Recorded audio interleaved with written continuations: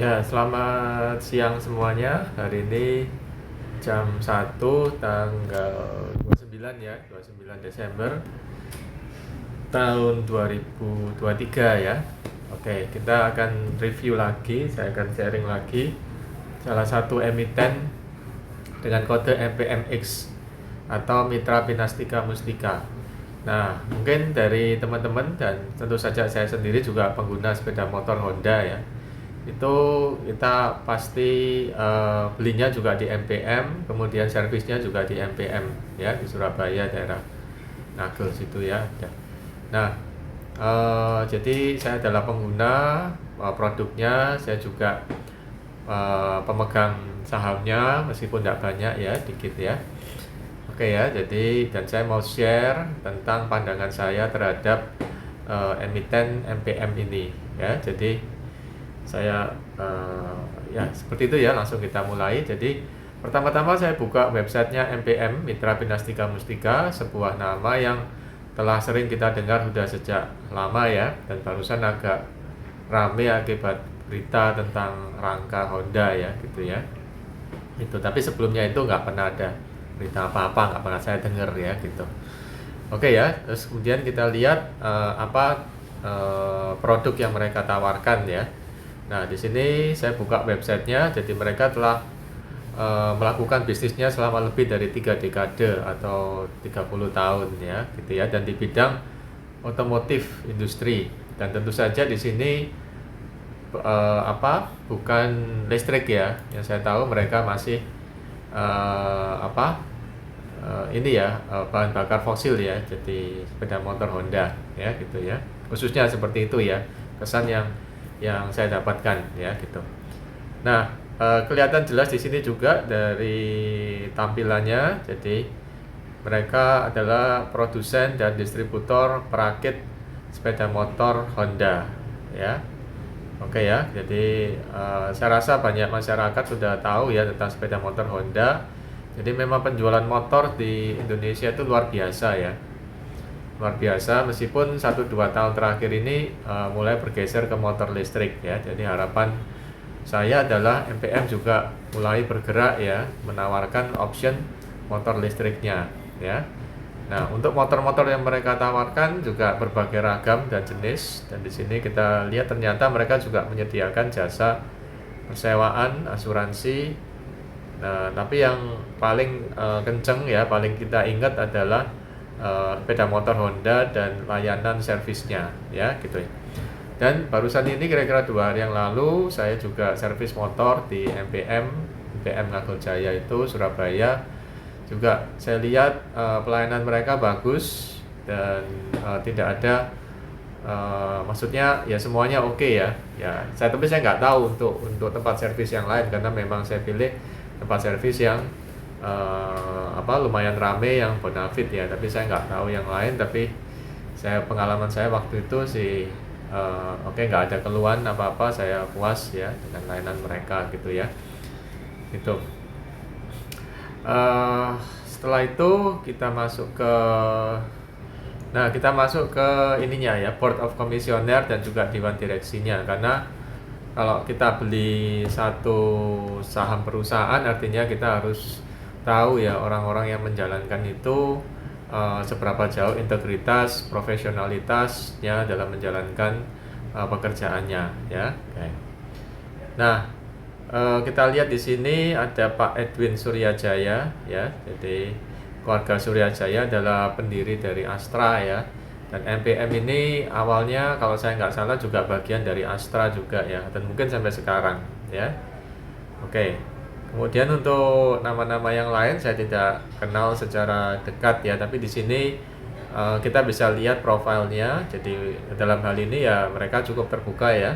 Dan memang harusnya demikian ya, untuk perusahaan-perusahaan publik itu mereka harus berani tampil, transparan juga, dan juga profilnya harus kelihatan, dan juga ada orang asing nih kayaknya di sini ya. Jadi kayaknya dari ya seperti itu ya. Jadi kemudian hal lain yang juga menarik di websitenya mereka, ternyata mereka telah berdiri selama 36 tahun ya. Jadi bisnisnya mereka, khususnya yang kita ingat dalam ingatan kita adalah sepeda motor Honda dan layanan servis motor Honda yang telah berlangsung selama puluhan tahun di Indonesia. Oke, langsung aja kita masuk ke RTI. Kita masuk ke RTI bisnis. Ya, jadi kodenya adalah MPMX.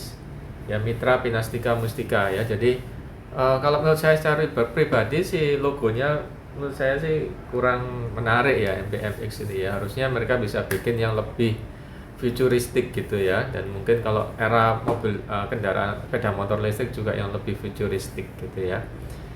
Tapi saya nggak tahu ya kedepannya bagaimana tentang prospek motor Honda berbahan bakar fosil ini ya. Apakah dari Honda motornya Jepangnya itu masih memang punya passion untuk masuk ke motor listrik ya, karena selama ini mereka menikmati cuan yang dan profit yang cukup baik ya dari motor-motor berbahan bakar fosil sekarang ya. Moga-moga harapan saya ke situ ya, jadi mulai ngembangin motor listriknya ya, seperti yang dilakukan oleh grupnya BCA kalau nggak salah ya, Polytron itu ya. Mereka udah berani masuk ke motor listrik gitu ya, dan produk-produk Cina gitu ya. Jadi Honda jangan sampai ketinggalan ya. Honda sudah punya brand image yang bagus dari motor-motor fosilnya, tapi berbahan bakar fosil, tapi moga-moga juga ada terobosan dari Honda juga untuk motor yang listrik ya. Atau mungkin saya nggak tahu ya, mungkin ada juga ya. Karena motor Honda ini terkenal bentuknya, modelnya yang bagus ya kan.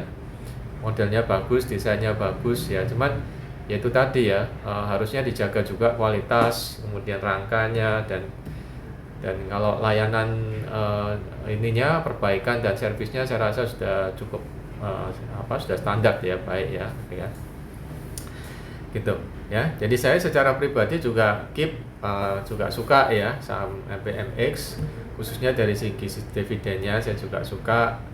Teman saya nggak keep banyak ya, saya keep relatif sedikit dibandingkan yang lain, tapi saya tetap ingin punya gitu ya, meskipun tidak banyak ya, karena itu tadi dividennya menurut saya sih selama 3 tahun terakhir lumayan royal ya, seperti itu ya gitu.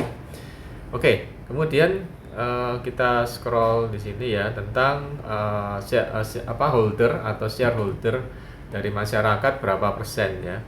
Oke, nah ini saya lihat di sini masyarakat pegang ya cukup banyak ya. Ya menurut saya sih maksimal ya 30% lah, jangan lebih dari itu ya.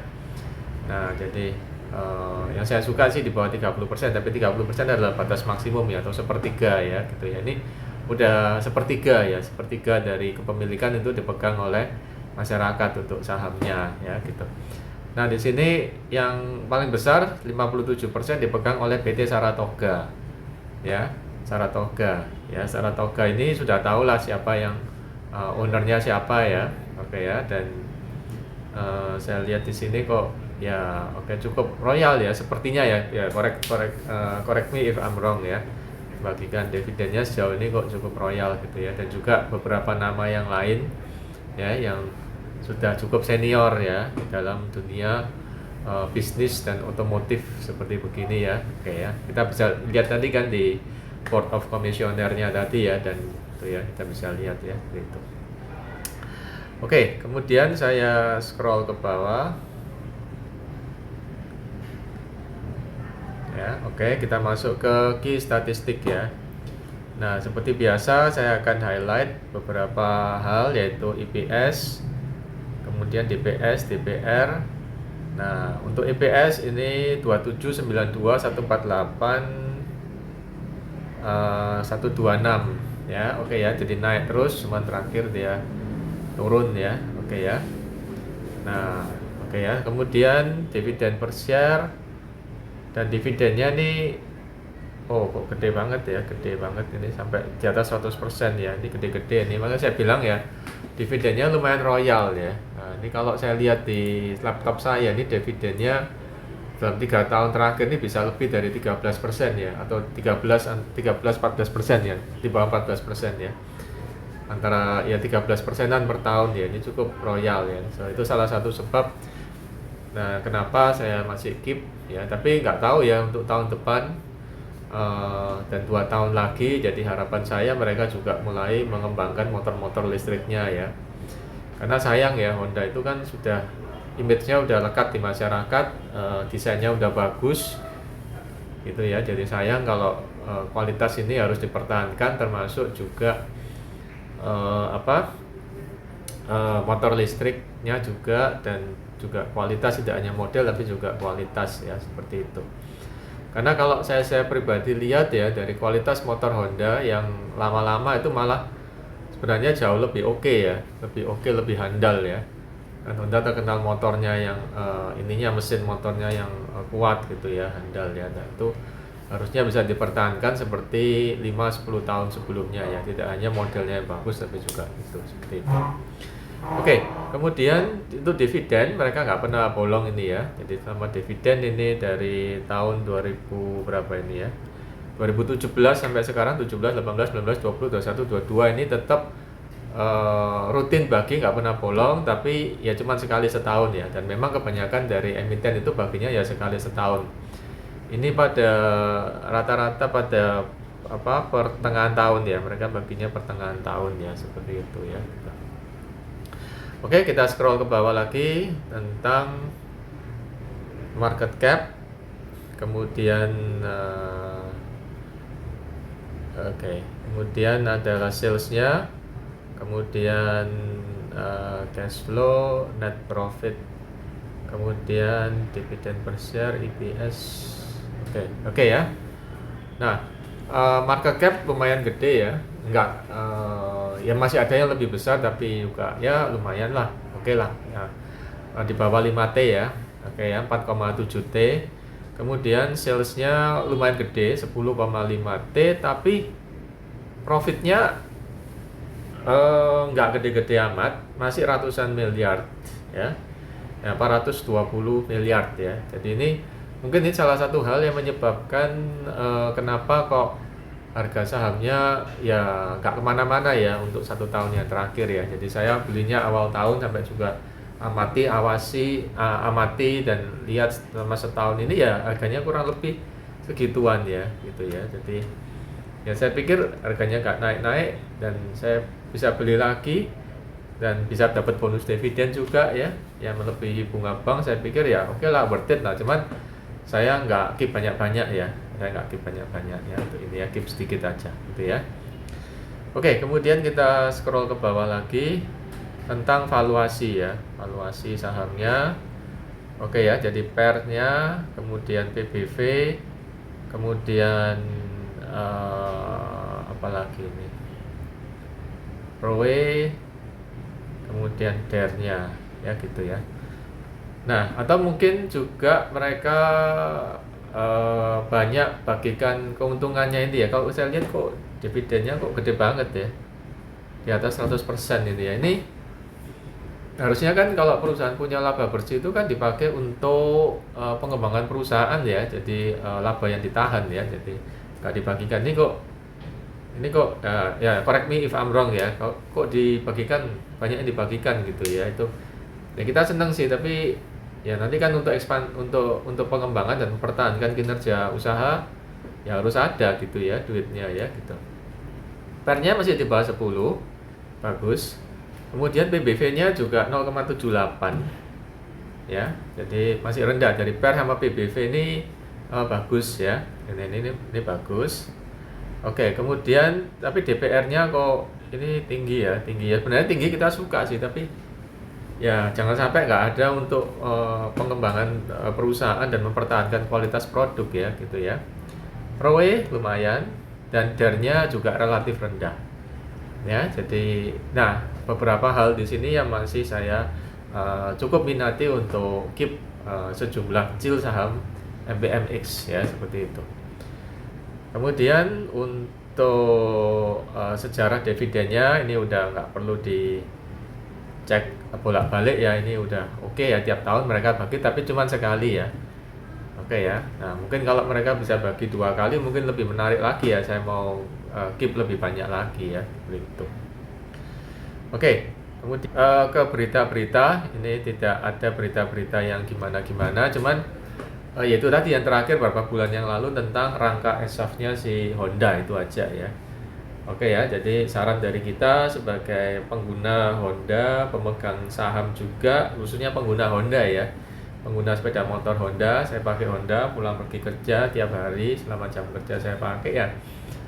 Itu tadi ya, jadi saran dari saya kalau boleh ya, kiranya kualitas produk ini selalu dijaga ya, kualitas produk, keandalan, dan juga ya ada terobosan ke motor listrik ya, karena kita suka sebenarnya dengan motor Honda gitu ya, dibandingkan dengan merek-merek yang lain ya. Jadi menurut saya meskipun bagaimana Honda is the best, cuman ya kalau bisa sih bisa seperti bagus saya 10 tahun yang lalu tuh, bagus ya 10-15 tahun yang lalu tuh motor Honda itu juga bagus ya waktu itu ya. Oke ya, tapi bukan berarti sekarang nggak bagus, cuman kalau bisa seperti itu ya 10-15 tahun yang lalu. Oke, itu aja. Kemudian di sini kita lihat income statement. Untuk net income ini dan net profit margin ini turun ya. Nah, ini turun dari 2019, 2023, 22, 23 agak naik. Nah, ini yang menyebabkan harga sahamnya mungkin juga tidak sampai melonjak naik ya. Agak sedikit turun ya, bahkan dari awal tahun sampai sekarang itu hampir sama ya. Nah, ini adalah rekor dari saham-saham yang pernah saya jual dan beli ya, MPMX ini dari awal tahun 2023 1155, 1145, bahkan sempat 1160. Sekarang di bawah 1000 ya, di bawah 1000 masih bisa kita dapat. Oh enggak. Sekarang 1035. 1035-an. Tapi berapa waktu yang lalu sempat di bawah 1000 ya gitu ya. Jadi seperti itu ya. Jadi itu ini mungkin yang menyebabkan hal ini yang menyebabkan karena itu tadi ya, net profit marginnya kok nggak melonjak, kok nggak naik terus gitu ya. Jadi memang kebanyakan investor tuh lihatnya dari ini ya, cash flow ya, net profit laba bersih ya. Jadi kalau biasanya itu kalau harga saham yang naik itu biasanya kalau laba bersihnya tiba-tiba naik melonjak gitu ya, itu langsung harganya langsung banyak yang pengen punya gitu ya saham itu ya gitu. Kemudian mungkin hal kedua yang menyebabkan dia nggak bisa ini ya, adalah mungkin dipandang equity-nya ini cenderung turun ya. Dari tahun 2018 sampai tahun 2023 untuk yang ini cenderung turun, tapi turunnya agak banyak. Waktu 18 ke 19, 20 juga turun. Nah, 20 ke 23 ini juga turun tapi tipis. Nah, ini mungkin juga salah satu faktor yang menyebabkan harga sahamnya nggak bisa kemana-mana gitu ya, ya di situ-situ gitu mungkin ya. Koreksi kalau saya salah ya. Nah, ini salah satu yang dilihat oleh investor seperti itu ya. Oke, kemudian kita ke bagian harga nih ya. Nah, ini ya, jadi oke ya, jadi nggak banyak yang bisa saya katakan di sini, tapi jelas kalau saya secara pribadi saya masih keep ya, beberapa saya keep ya. Dan kalau dia turun dikit, mungkin kalau ada dana dingin ya mungkin akan saya pertimbangkan lagi, karena PBV-nya masih rendah, PER-nya masih rendah juga ya. Namun harapan saya kinerja perusahaan dan harga saham otomatis akan melonjak ya, akan prediksi saya ya ini secara pribadi, apabila produk ini ada terobosan listrik dan juga kualitas yang handal gitu ya. Ya, kalau untuk jasa servis udah cukup bagus saya lihat ya, layanan yang saya juga merasakan jasa servisnya gitu ya. Jadi terima kasih yang sudah nonton sharing dari saya tentang saham MPMX ya. Jadi dalam hal ini saya menggunakan produknya, saya menggunakan layanannya ya. Saya juga juga pernah mengeluh, komplain gitu ya, juga membeli produknya juga. Jadi saya bisa berkomentar tentang produk yang mereka tawarkan ya. Dan sejarah panjang dari MPMX dalam pesepeda motoran Honda di Indonesia ini juga sangat membantu saya ya, traveling pulang pergi motornya irit ya. Itu ya, saya punya Honda Supra X ya. Oke, 5 tahun sejak 2015 ya sampai sekarang saya pakai masih oke. Ya, seperti itu ya. Tapi harapan saya ada motor listriknya, dan juga yang motor yang bensin ini juga bisa kualitas sebagus yang Honda yang lama ya, yang 10-15 tahun ya. Seperti itu hanya saran dari saya aja. Oke, sekian gitu aja. Terima kasih rekan-rekan yang sudah mau mendengarkan. Bolehlah like, subscribe, dan share jika memang bermanfaat. Dan sampai ketemu di video berikutnya. Semoga bermanfaat. Salam sehat selalu dan terima kasih.